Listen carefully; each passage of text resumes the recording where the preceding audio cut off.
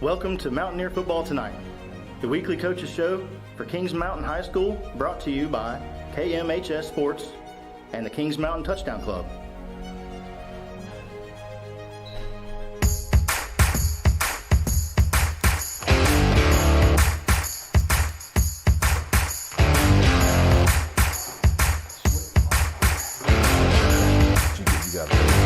Good evening, fans. Welcome to Mountaineer Football Tonight. I'm your host, Craig Short. With me here is Coach Herron. We'll get to him in just a moment. Drew Fulton behind the controls.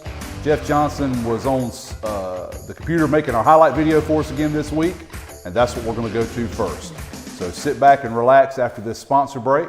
Watch the highlights from the big win over Forestview, and after the highlight video, we'll be back to talk to Coach about that game and the games coming up this week.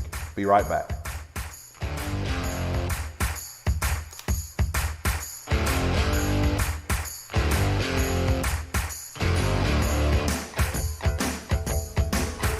Football Tonight is sponsored by How are you?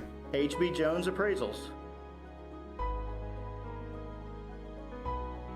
John Gamble and Carolina Golf, the Kings Mountain Family YMCA, Harris Funeral Home,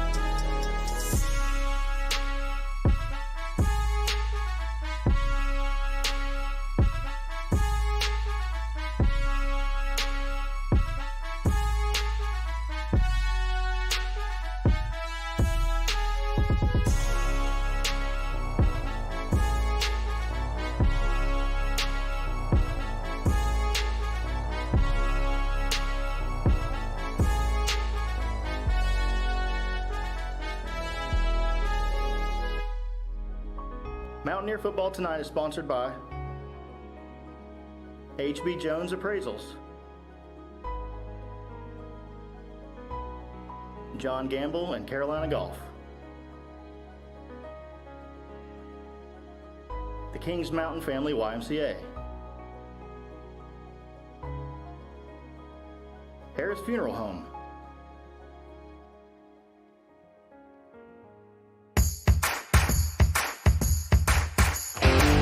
Jeff Johnson highlight video. Thank you, Jeff, for that. It's great to watch that again. Coach, welcome. Sir. Good to see you again. Good to be here. Good to be seen. I did want to say this before we get going.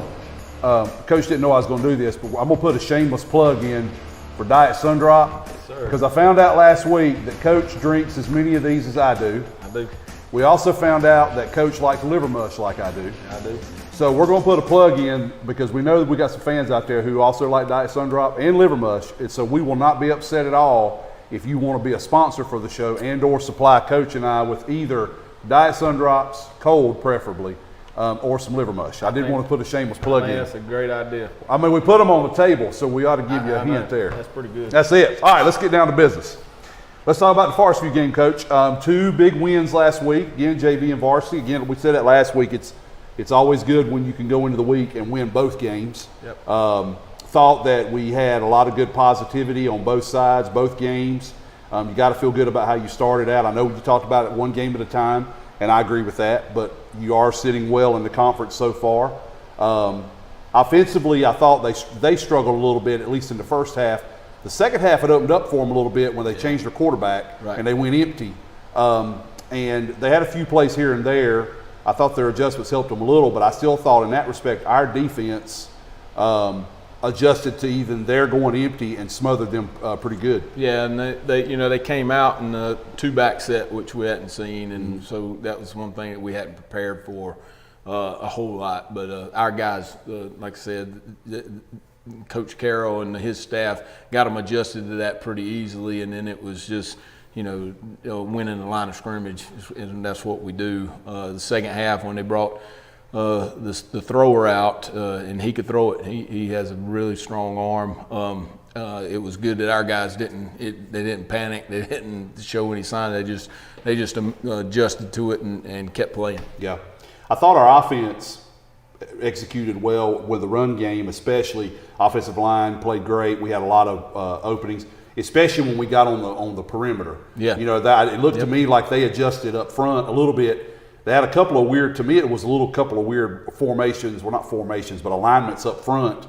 They stood a couple of their guys up. I mean, it was weird, but it didn't really seem to affect us once we got on the perimeter. And once we did, it spread them back out. Right, and that's what's going to happen. Teams are going to watch us, and they know that we're a gap scheme team, and they know that we're going to block down, we're going to kick out, right, we're going to lead through, and all that stuff. And so they're going to try to put more bodies in there than we can block. That's the X's and O's of football. But of course, when you do that, then it opens up the perimeter, and so you got to be able to attack out there, and good teams are going to mix it up on you. So we got to. It's the fundamental belief you got to take what the defense gives you. Absolutely. And Coach Bolton did a great job with that. I thought we passed okay. The passing offense, I think you might, of course, you could disagree with me. It didn't click like I thought it would. Yep. Do you think that was more of just the scheme they were running against us, or do you think we were just off a little bit? No, we were off. We were off, and we talked about it. We talked about it right after the game was over. As soon as we got in the coach's office, we've talked about it this week, and but it's what we do. Oh, I yeah. mean, it's every day at practice we're doing the same stuff, and it's eventually it's got to carry over to them, and they've got to go out and execute it. So we're going to just keep plugging away. We got guys that can do it. It's just a matter of them stepping up and getting it done. I know on a couple of early drives going toward the scoreboard, Zolo threw some great balls. I mean, he's got such a strong arm. Yeah. He just missed a couple of guys, Yes, he threw some bullets down through there. And when TJ came in, TJ was driving in this direction toward the old field house. He completed a couple, I think, on the one drive, but then he missed a couple guys. And he missed a couple. We just. I'm not blaming him by any means. I'm just saying we just seem to be a little off. It's consistency. Yeah. And we do the same thing at practice, and that's why and we haven't gotten through to them yet. And maybe I'm getting a little too deep into it now, but you got to practice the way you're going to play on Friday. And if you come and watch our guys practice, they don't practice like that. Right. So we throw balls and guys are nonchalantly trying to catch them and they hit the ground. And then the next one, the quarterback's throwing it nonchalantly and it don't get to them. And Coach Bolton, he's been on them this week really hard about, when the ball is thrown, quarterback's got to make sure he puts it in the right spot. Receiver, you do whatever you have to do to catch it. Period. Exactly. We're not going to no more of this. Just I would have caught it. Because that's our mentality right now, and it's not carrying over to the game, which it shouldn't. I mean, if you don't practice right, you shouldn't be able to perform. I like that. I thought special teams did well. They did thought good. Our kickoff coverage was good. Much better. I was giving credit. One of the guys you pulled up, he was wearing number 4. Jaden Williams. He covered great. Yes, it did. And unfortunately for Jaden, I had to correct myself. I see that. There you go. We'll get to that in a minute. I apologized on air because I was looking at the old roster. I know. And, no, it wasn't your fault. It was mine. I was looking at the old roster. It might be mine. No, they about halfway through, they shot it over there and they said, "No, coach, this is," and I said, "Oh," and I fixed it. But he was not the only one that covered well. But what I thought was he stood out because he got down there so fast. Yep. And he made some big plays and helped pin it. Yeah. Where, the kicks I thought were still good, but our coverage was really good. Much better. But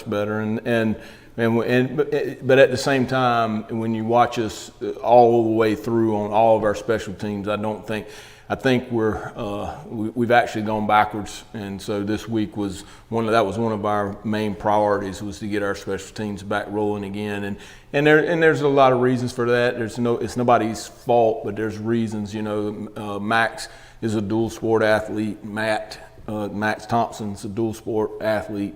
Matt Rom's a dual sport athlete. Max runs cross country. Matt is a soccer player, and so. We as coaches have to do a better job of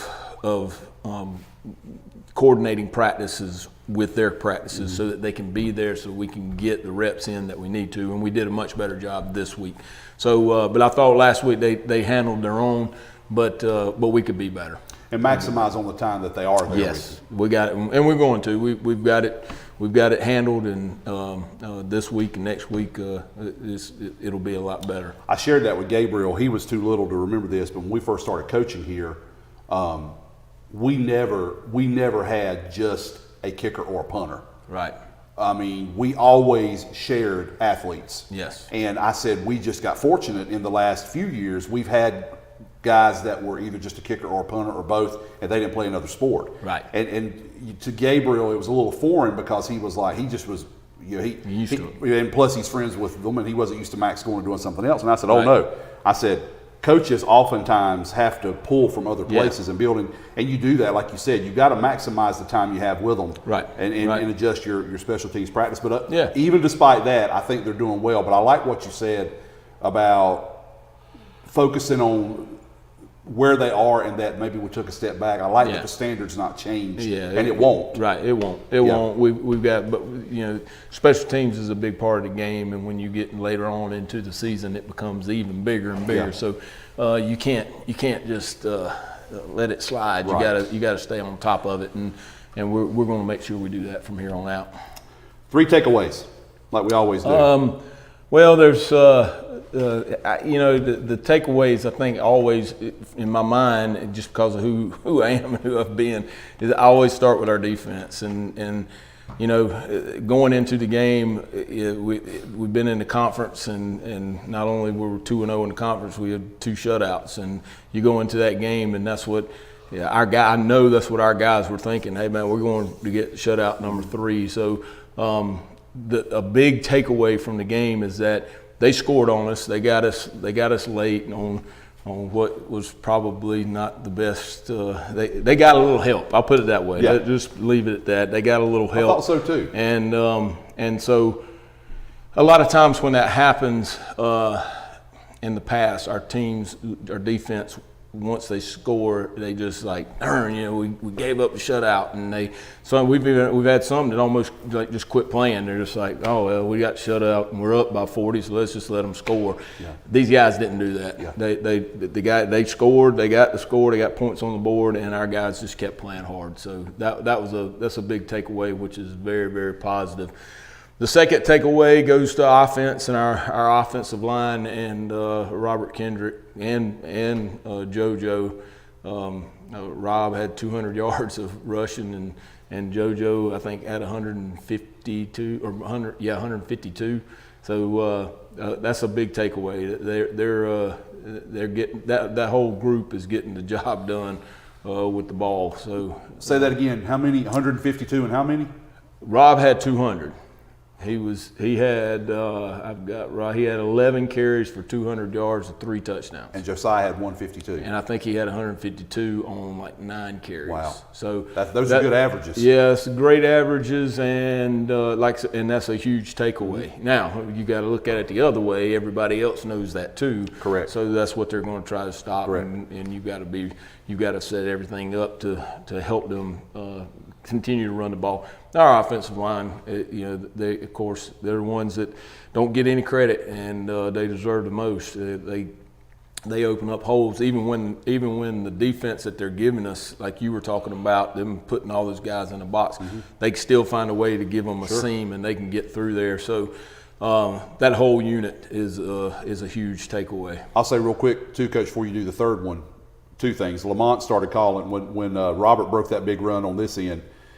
Lamont started calling him Agent Zero because he wears zero, which I thought was funny and really appropriate. But I will say, especially early in the game when we were getting on the perimeter, when we started having success out there, I thought our receivers blocked really well too. Yeah, because I mean, once we get outside, we've got to have blocks out there, and I thought they did a good job. A lot of times you'll get holding calls, you might get a block in the back here and there, and I thought they did a good job blocking on the outside. The week before they didn't do a very good job, and the week before that they didn't do a very good job. So we instituted this week a drill that we do. It's called Millennial Oklahoma, and most people get a kick out of that. They probably, back in the old days, it was Oklahoma. We did it at the black and gold scrimmage that we did. Yes. You put 3 guys on the line of scrimmage against another 3 guys, and you hand the ball to somebody, and it's just smash mouth in your face. Well, in today's football world, everything is so spread and it's out there on the edges. So now it's Millennial Oklahoma. I like that. So we have line you up. trademarked that? No, that came from Kirby Smart. Did it really? Yes, sir. This is a drill that Kirby came up with. But you put the receivers out there and you put the DBs in front of them, and you run all your quick game screens and any of that stuff out there on the perimeter, and you make the receivers block, and the defenders have to know how to not get out leveraged and get to the ball and all that good stuff. So we instituted that this past week, so that's why you probably saw better blocking out of our receivers. I did. I thought it was better, and I think Kirby knows a little bit about defense. Yeah, he knows a little bit about it. So. I've stolen several things. I would too. Yeah. I mean, I would too. Okay, give me your third one, Coach. I'll cut you off. I wanted to talk about the run. That's okay. I think the third big takeaway probably isn't something from the game itself, but it is the credit that our assistant coaches deserve. This past week, it's just what they're doing in the office. People don't see. Right. They don't notice that they're up here all day. Defense works all morning, and on one of the weekend days, and then our offense comes in the evening on Sunday evening, and they work through the evening to get all the things done that they need to get done. And like I said, I think at the Touchdown Club meeting the other night, Coach Carroll spoke, and he put up a PowerPoint presentation to show the people who were there, like how we do production points and how we break down some film and that kind of stuff. And I think if people watched and saw all the work that goes into what we do, I think that it would be kind of it would be impressive just to see the breakdowns that they come up with. So and then that's important, and that's a big takeaway because it was important last week. It's going to be very important this week. So that's another takeaway. They're doing a great job on the field and off the field. I agree. I mean, and the product that you can see out there as we're playing, and the boys look prepared and ready. Right. And that's a big thing. So 2 big wins this week, JV and varsity over Forestview, keeping us undefeated in the conference. And we're looking forward to what we'll do this week. We'll take a sponsor break, and when we come back, we'll talk about our game over at Lineberger Stadium against the Red Raiders on Friday night. Stay with us.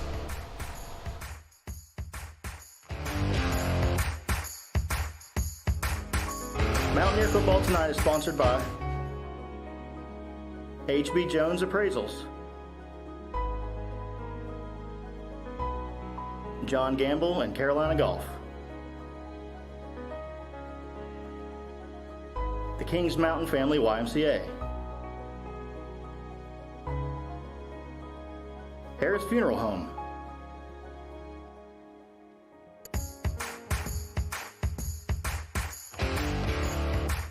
Welcome back. All right, Coach, we got South Point this week, JV tomorrow night here at the Gamble, and we're going down there to Lineberger. Have you ever been in Lineberger?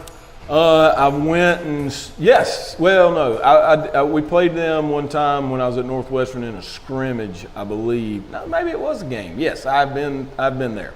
We played them when I was at Northwestern. It's a tough place to play. They've got a good environment. Yes. But it's not going to stop us from coming. It's got Right. terrible parking for our fans. Get there early, by the way.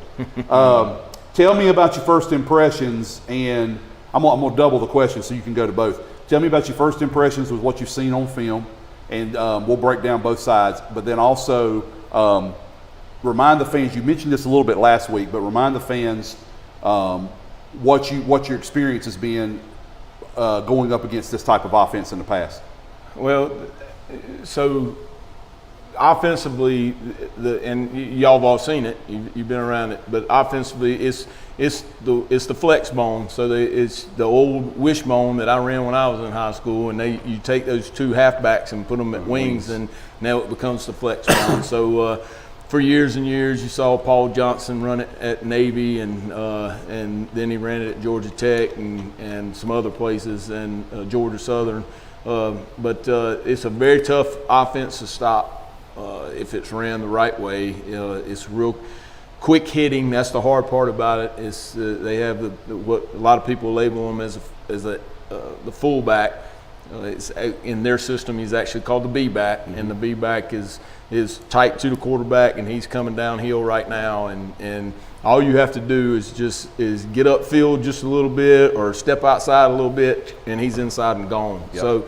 It's tough, then of course they run the whole veer option scheme, so it's dive, quarterback, pitch, and defensively you have to play responsibility football, and that's what we've worked on all week is, man, who's got the dive, who's got the quarterback, who's got the pitch. But they also do some other things, some things that has kind of changed. Back a long time ago, they used to get in 5-foot splits, real wide, spread your way out, and now they're down tighter.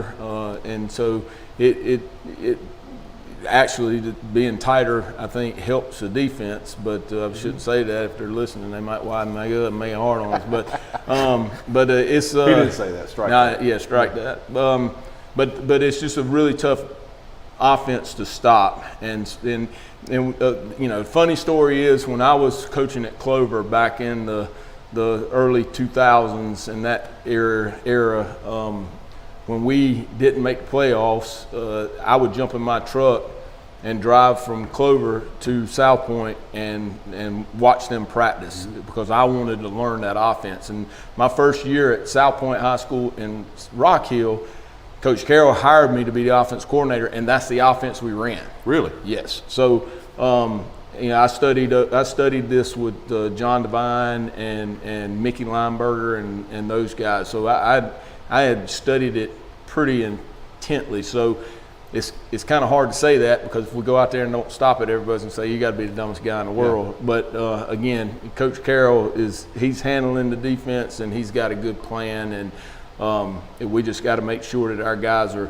are not running upfield or closing down. Right. They're taking care of their responsibilities, and everybody's getting to the ball. Yeah,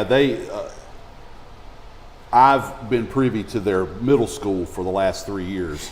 Their middle school played mine, where I was principal, and I'd go when I've gone to the games against Belmont Middle when my school would play them. I mean, I know why they're good at it, because they do it. They do it on their little league, and I mean, anytime they do it all the way up. Right. Which is what we're doing. I mean, we're doing the same things here. You know, the elite, right. the middle school does what we do per se, but this offense, even though it's very vanilla, when I worked, I've told you, I worked at Mooresville High School back in the late 90s and early 2000s, worked for Mike Carter. And Mike Carter, he ran a true wishbone. Right. And the same way. I mean, that quarter, they could run it in their sleep. That's right. I mean, because it was very simple, but it was good. And I'm telling you, we beat a lot of people running that offense. And you're banking on the defense not doing what they're supposed to do 100% of the time. Right. If you go 3 and out and punt, you don't care, because you're right. You're banking on they're going to mess up somewhere, and you're going to gash them. That's right. And that's why it's so frustrating. I'll tell you a fun fact about Paul Johnson. I bet you don't know this. Paul Johnson, back in his early days, actually applied to be the head football coach at West Lincoln High School. Really? He sure did. I learned this while I worked up there.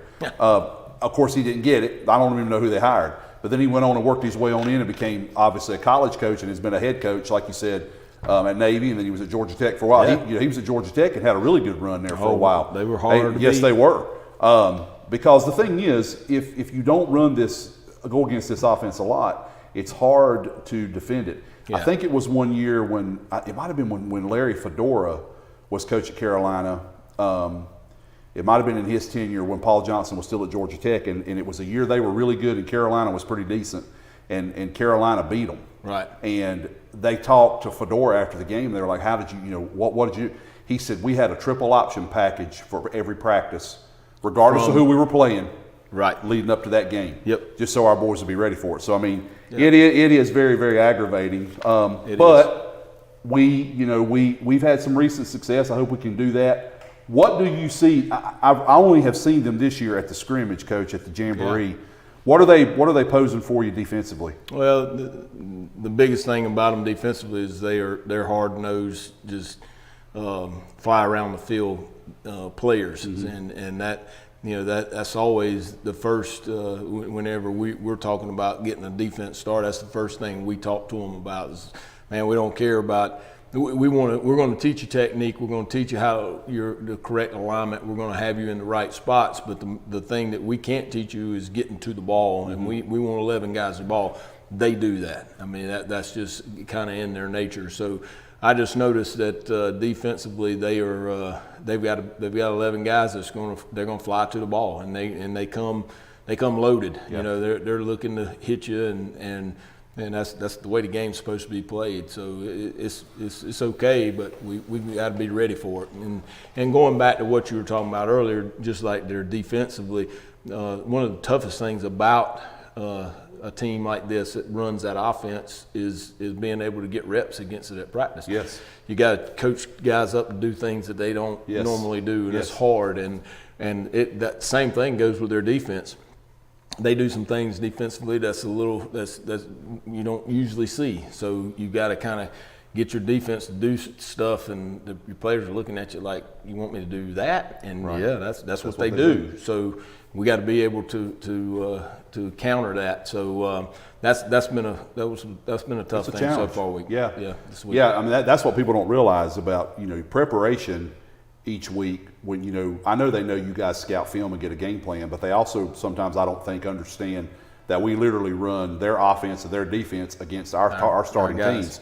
And so then you're trying to run what they run. Now, if we go out there like last week against Forestview, you can line our guys up in a spread or even a two-back because our guys are used to it. They're used to it. Our guys are not used to getting in there closely tight with tight splits, double wing, fullback, B-back, whatever, running a triple option. Well, just think that our guys, they're in the gun every single down. Yeah. And now we got to get somebody who can get under center and take a snap from the center. Yeah.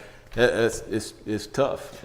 I tell you who's done it for. I don't know if he did. If you did Coach Lineberger run quarterback? He did run it a couple times. I was going to say Coach Lineberger's run quarterback for us. Yeah. Now Coach Lineberger, when he played here when I was coaching, was a really good receiver. Was a good slot receiver, tough-nosed player. But I remember when Jacob started coaching, he's run QB. Yes, sir. He's actually pretty good at it. Yeah, he's pretty good at it. So we know the QB's obviously going to be their main player. We always have called the fullback, the B-back.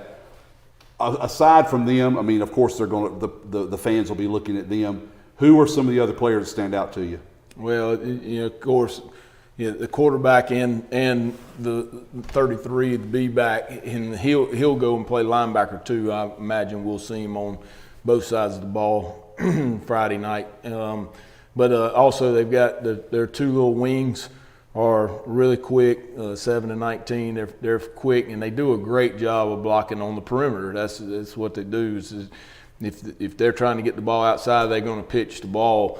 They do a great job of arc releasing and getting on the outside of your force player. And so those two guys, they do a really good job. Their offensive line is just like back when I used to go watch them practice, man. They're going to be about this high off the ground. They're aiming for the thighs of your defensive linemen. They're coming at you low and hard, and they make it tough. Mm-hmm. So all of those guys, we got to know about. And then defensively, they've got a 33 play linebacker. They've got a couple of linebackers that cover the field pretty well. So they're pretty good up front. We're going to have to do a good job, and they'll be well coached. That's the thing. They'll be well coached, and we've got to do a good job of doing what we said before, taking what they give us and be able to take it. What does their passing game look like at all?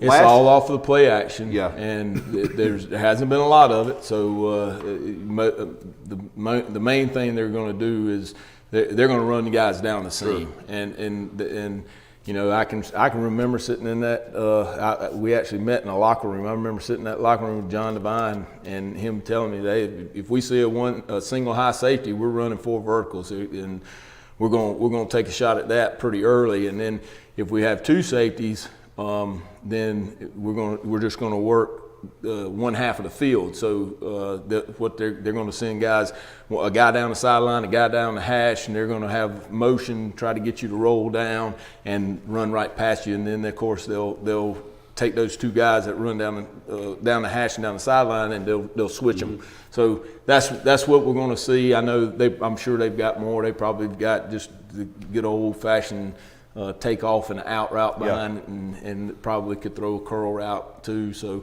they probably do some things, but what we've seen so far is just play action and throw it up. I know you've probably watched our game with them from last year, and you saw that. I mean, we were up early and got up pretty big on them, and they had the score looks better than it was, but they fought back. But they fought back throwing the ball, right? And because they had to. And they had some success. Right. So I know they can do it, but they'd rather not. No, that's not their game. But I'm sure they practice it. And really the quarterback, their quarterback, he throws a pretty good ball. He does. So we have to be ready for that too. I think Coach Carroll has a plan for that in case if that's what they come out in, we can make a change and get back into our normal stuff if we need to. Good deal. Well, South Point this week down at Lineberger Stadium. We'll read our schedule for the week coming up. JV out here tomorrow night versus South Point. Gave us a good breakdown there, Coach. Appreciate that. We'll take a sponsor break, and we come back. We will get our players of the week. Be right back.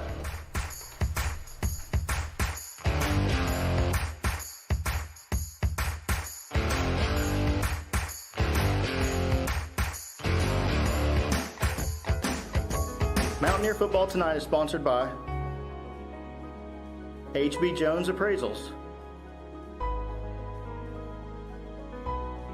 John Gamble and Carolina Golf, the Kings Mountain Family YMCA, Harris Funeral Home,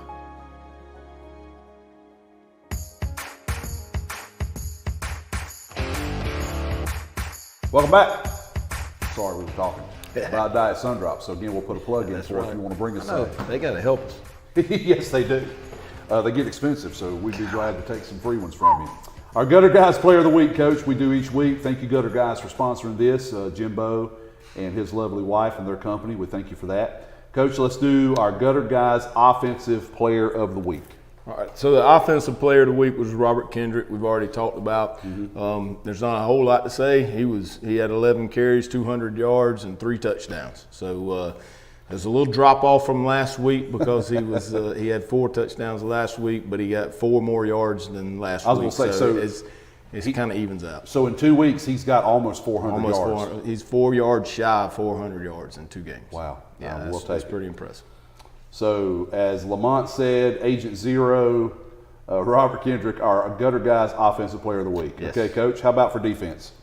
All right, defense is, we're going to go with Jason Melton, linebacker. Did a great job, and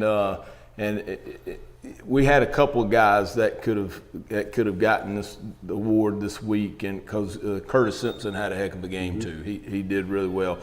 We didn't have a whole lot of production points that we've talked about before, but Jason had the second most with 44 production points. He had 8 tackles, 4 solos. He had 2 tackles for loss, and then the reason why I picked him is because he had the interception. That had a 33-yard return on it, and so I picked him as the player of the week. I thought he had a really good game. But hats off to Curtis also, who had 10 tackles and blocked the kick. So it was tough to decide, but Curtis has done it before. So I say, hey, I'm going. Share the love. Share the love. That's right. So Jason Melton, Defensive Player of the Week, Gutter Guys Defensive Player of the Week. And finally, Coach, our Special Teams Player of the Week. Special Teams Player of the Week is who we talked about earlier, Jaden Williams. We brought him up from the JVs. He's a 10th grader. And you know, we have the 8-quarter rule, so you know, we can use them. We went ahead because of injuries that we had. We went ahead and decided to bring Jaden on up, and we'll take him on through the playoffs and so forth.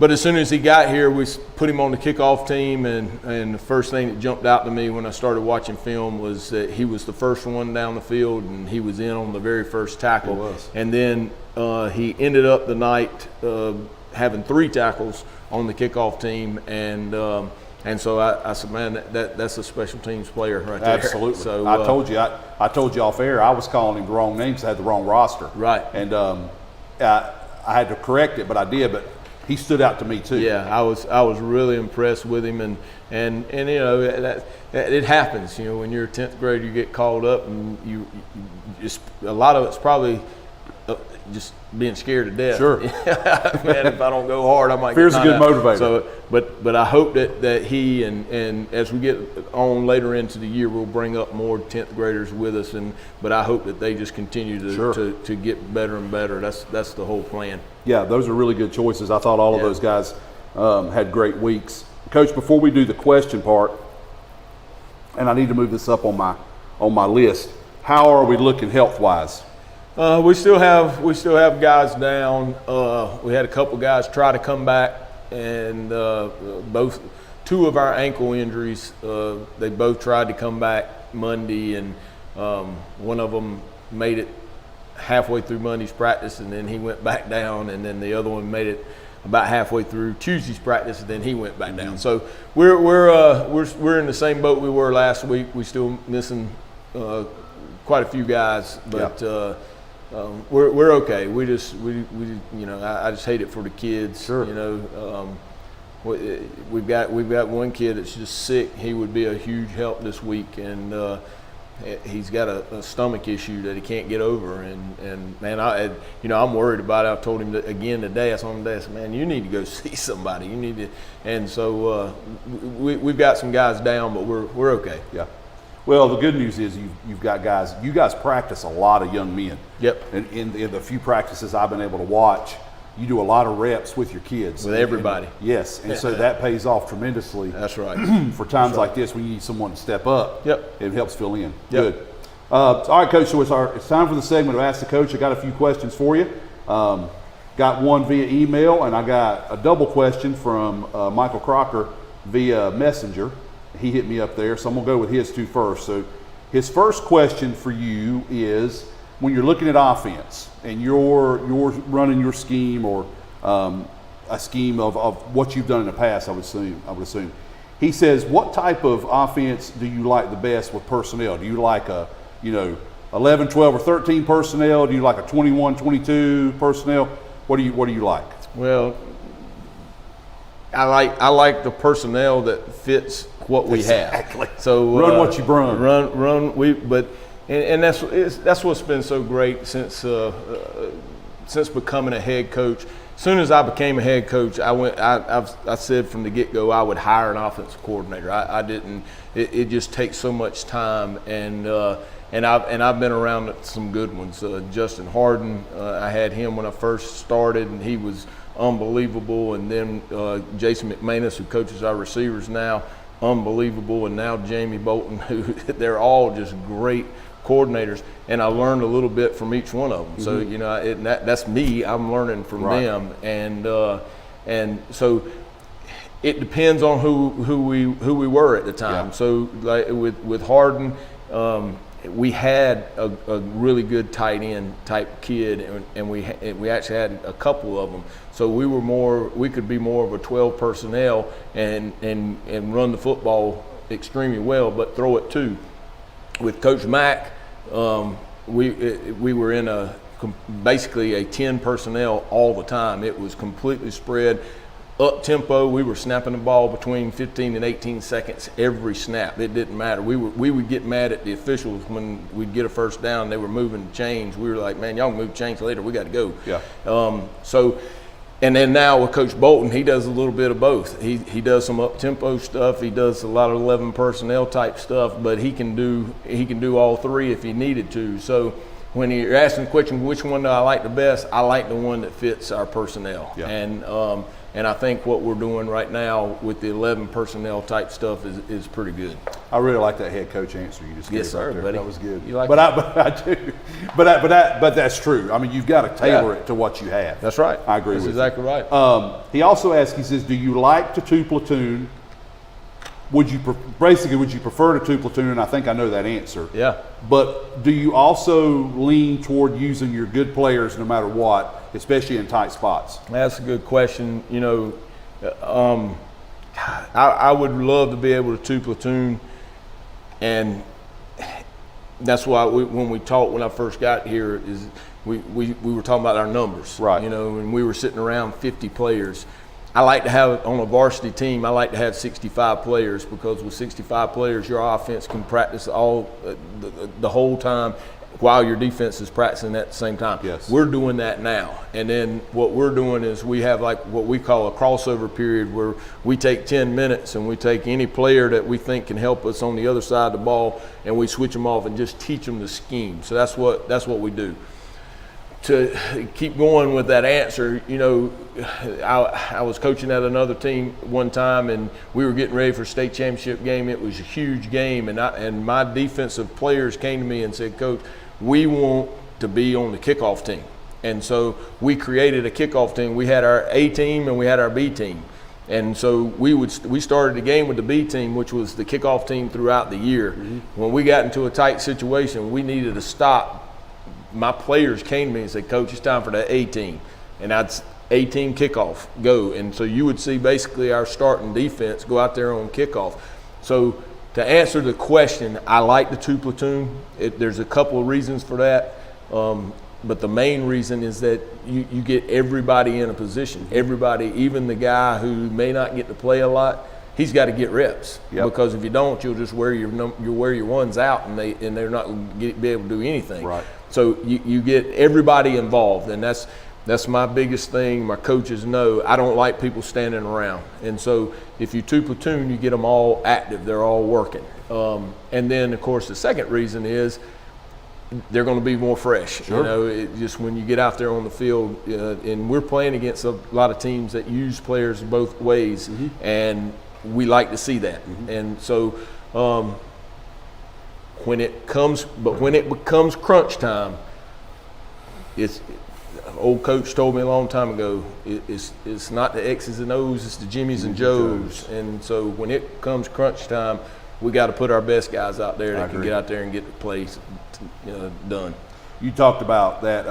I have only ever coached in one place, and it was at Mooresville with Coach Carter, where we literally split the whole practice. Right. And we were the Blue Devils, and we wore royal blue and white, and we had old practice jerseys, and the defense wore white jerseys, and the offense wore royal blue jerseys, and we literally were at both ends of the field, right. And we never crossed over. Even when we did team, we would do it with but we had enough guys. Right. But we did it with just so like the defense ran team D and, scout D, or Scout O, and then the offense did it. We never crossed over. Right, and if you come to our practices now, you'll see our offenses in white jerseys, our defenses in black jerseys, but we do have that crossover. Sure. Well, you have to some. I agree with you. They've got to get those reps. A final question that we have, it says, came in from one of our fans. He emailed me today. He says, defense and running game looks great this year. And let me say this. You've basically already answered this question too, but I'm going to pose it. He says, defense and running game looks great this year and is improving each week. He asks, what's being done to try to help and improve our passing game on offense? Passing game is what we're doing to try to help it is a couple of things. One, we're trying to make it more simple for our quarterback. It's a complex system. We don't want to, we don't want to play Pop Warner football on Friday night and walk out there and tell the quarterback, hey, we're going to call this play, so you throw it to that guy. Right. That's what being a good football team is about. You got to take what the defense gives you. So a lot of times we're asking our quarterback to read what the defense is doing and give it to the guy that it's supposed to go to. So what we have been doing starting this week is simplifying a little bit of what we do in our passing game, trying to make it easier and make our quarterbacks feel a little bit more comfortable to throw the ball where it needs to be. Mm-hmm. And then the other thing is rep it. We got to rep it, and what we were talking about earlier is we right now our practices are not where our coaches want them to be. We've got a lot of nonchalantness to our practices. That's got to stop. Right. And we've said it before. We really worked on it this week, and we're going to continue. I mean, you can only push people so far, and they know that what they're doing is not what we want, and until they pick it up and do it the right way every single time, and do what they do in practice just like they would do it in a game, it's not going to get any better. Correct. Trying to put gumption and want to and drive in people is impossible. It's impossible. They've got to find it themselves. I say it all the time. Hey, man, we can't coach effort. Effort's on you. Yeah. And it's one of those things that we talk about with the culture and the mentality that we've got to get changed. And I've told you also that I've made mistakes so far that we got to take baby steps. Right. And so hopefully we'll get there, and the kids are getting a little better, but it's hard. Sure, it is hard. Well, one of the things that establishes that is by when you set that standard and you have that expectation, you don't waver from it. You can't, because if you waver even just a little bit, then they'll find a workaround. If they see there is no workaround, the expectation is what it is. We said it off air. I'm not going to talk about it from last week, but we were talking about a young man and his playing time at the game based on practicing. And you set the standard, and you made it known, and you didn't waver, and then they came through. Yep. And now they know. So that's what's happening now. And you're right. I mean, they are, at the end of the day, they're young men, and they're we're trying to make them better. And again, this teaches them to be better men down the road. And let me just add to that. It goes back to the question that the gentleman asked us a minute ago about two platooning. Yeah. Well, if you're trying to run an offense that has 3 wide receivers and you've only got 5. Right. And you're two platooning your team, and there are no backups. If they're down there and they're not getting it done, I mean, who goes in next? Yeah. And so that's another part of the whole the quandary of that is, all right, well, do we take some of the defensive guys and send them down there? Because if we do, now some of those offensive guys, they might not get to play as much, which is fine. I don't mind. But now, what are we doing on defense? Right. So there's a balance. There's a balance, and the answer to it is getting more kids to play football. Yes. We need more people out there. We need more guys. Before I turn you loose, what is the total number right now between JV and varsity? Well, the varsity, we are sitting at 54, and the JV, I want to say, is at 52 minus, so they're probably right around 55. So we're right. I want to say we're at 99. I think we have 1 locker open right now. So there's 100 lockers in there. So no, we made 98. There's 99 lockers in there, and we've got 1 locker open. So there's 98 kids in all. Okay, so that's decent. But would you want to get it up? But I'd like for it to be around 125. Yes, it'll get there. Yeah. All right, Coach. Well, look, I appreciate the fact that you're willing to answer those questions. honestly, we didn't really give you a choice. I told you I was going to ask you questions, and then I got fans sending them. But Well, you're going to give me that check later, right? yeah, absolutely. Oh, you're not supposed to say it on air, Coach. But I do appreciate that, because I know sometimes it gets aggravating for people asking you questions. Not big old dumb me, but also people that that their motive is genuine and it's good. Right. I mean, I've been a coach a long time, and I know that. It's just sometimes timing is not great. Yeah. And sometimes, they don't know the whole story. They can see just that one part. And I just am glad that you're willing to talk to us about some of those things, because I know that's not easy all the time. But we're looking forward to Friday. I'm telling you, it'll be a big atmosphere. I will give you a little hint. As you're walking in, send somebody to the concession stand, because South Point, Lineberger Stadium, they sell 20-ounce Sundrop products. They sell Diet Sundrop bottles in the concession stand. Yep. So tell Coach Carroll or somebody run down there and get you one and keep one in your back pocket, because that's one good thing about going to South Point. And it is a good place. I don't mean South Point's bad. Don't get me wrong. I mean, it is a very beautiful stadium. People are very nice. But I like coming there because they have bottled Diet Sundrop. I've got an old friend that we coached together, and he's coached at South Point for years and years and years. His name is Phil Tate. I know Phil Tate, Coach Phil Tate. So he called me earlier.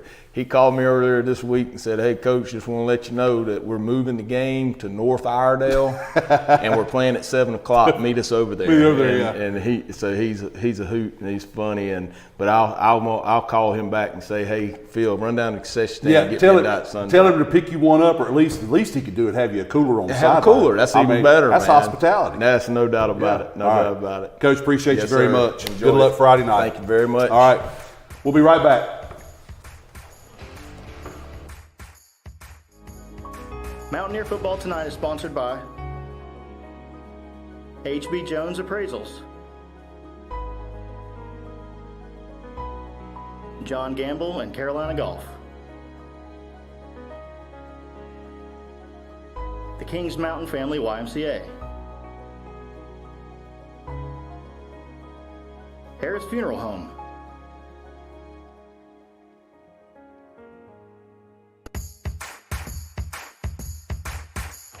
I'm glad you've been with us tonight. We'll close up and do like we always do.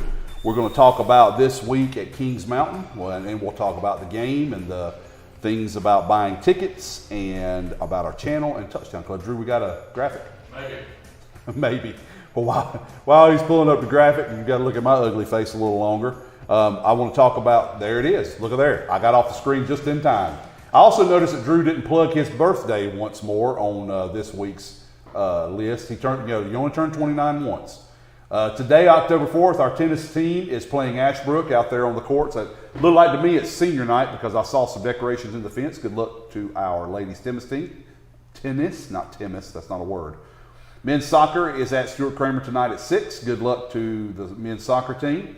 Tomorrow, the 5th, volleyball is at North Gaston at 4:30 and 6. That should be a good couple of matches. North Gaston is usually really good, and I know our volleyball team is excellent. JV football is at home tomorrow night versus South Point at 7 o'clock here at the Gamble. Friday the 6th, of course, we're going to South Point. Kickoff is at 7:30. Drew, do we have info on tickets? Can they buy them ahead? Do you know? Can they buy them online? Do we know that? Or JV game? No, for the varsity game Friday. Yes. Okay, we'll tell you, we can buy them online. We might have a graphic. If not, we'll talk about that. Drew does. Okay, thank you. Cross country Saturday is at McAlpine Park at 11. That's in Charlotte. Monday, October 9th, women's tennis is Big South tournament here at Kings Mountain. That's a big deal for our sports program because we're hosting that at our beautiful complex that the Touchdown Club has put together for us. Volleyball is at home versus Cox Mill on Monday at 4:30 and 6.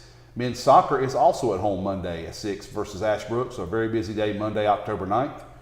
Tuesday the 10th, women's tennis continues the Big South tournament here at Kings Mountain High School. Women's golf is at Kramer Mountain at 2 p.m. and volleyball travels to Forestview for matches at 4:30 and 6. So it's a big, big week in Mountaineer athletics through next Tuesday. Drew, do we have that graphic for the tickets? There we go. Just a couple of reminders. Ticket Spigot is where you can buy your ticket. It went away. You just want to show me. I understand. Give it to the fans. No, they don't want to see me at all. I saw that it was coming up. Ticket Spicket is where you can buy the tickets. I do want to remind you that Gaston County Schools has a no bag policy. That literally means no bags. You cannot have any, even if it's clear. You can also purchase tickets at the gate, but you guys have been there enough, you fans. You know South Point is a beautiful school. Parking can be challenging at times, and remember they've opened that new shopping center in front, literally right in front of the school, that's got a Chick-fil-A and some other things. So it could get a little hectic there Friday night getting in. So make sure you get there in time to park. If you're going to buy a ticket at the gate, remember that. Gates are opening at 6. Game time is at 7:30. And as Drew has right there on that beautiful graphic, arrive early, parking is tricky. It is only an audio broadcast. Pregame starts at 7 on YouTube, KMHS Sports. We are withholding the video broadcast as a request from Gaston County Schools. And so we will not have cameras on the game Friday, but a broadcast so you can hear us on YouTube. Speaking of that, as I tell you each week, please like and subscribe to our channel. We love having folks on there. We love having you being able to watch and listen to us to do Mountaineer Athletics and the Coaches Show and all those good things. So make sure you like and subscribe to our channel. We also want to thank the Touchdown Club like we do each week. As I say, and I mean it, it would not be available, or we wouldn't be able to do these things, and none of this would be available without them. I made mention of the tennis complex out there that's beautiful, built by great contractors and funded by the Touchdown Club and other funds, and making our tennis program one of the best in the state. That complex for a high school, I would say, is the best in the state, maybe in the Southeast or beyond. Please join the Touchdown Club if you are not a member. You get many benefits to that, but also knowing you're helping all things Mountaineer, because that's what the Touchdown Club is about, helping all things Mountaineer. We want you to come to the game Friday. Hope you're there and cheering on the Mountaineers. Huge environment. We know South Point will be tough. We know that they're fighting to keep themselves in the top, near the top of the conference for playoff standings, and we'll be ready to go and rock. So make sure you're there. Final thing I want to point out is on October 27th, we are doing something, I love this name, Scouting for Food. It's a National Good Turn for America Day. So on October 27th, the home game against Crest, there will be food boxes, collection boxes at both the home and visitors gates. We're going to share this with the Crest fans as well. So help the Boy Scouts collect food by bringing non-perishable food items to the game against Crest. Here on the 27th, members of Troop 92 will be stationed at both the home and visitor gates collecting that non-perishable food to donate it to worthy causes. Let's show this community and beyond just how good we can do by bringing in food to help folks who are in need. It's been a great show. We appreciate you guys being with us. Look forward to talking to you next week after we get the 2 big wins, hopefully tomorrow night and then again Friday against the Red Raiders of South Point. I hope you have a great rest of your week, a blessed weekend. Quick shout out to Lamont. Hope you're feeling better, brother. You're a little under the weather. And Coach Black from Blacksburg, we love you, brother. Have a great evening and good end of the week. See you Friday at Lineburger.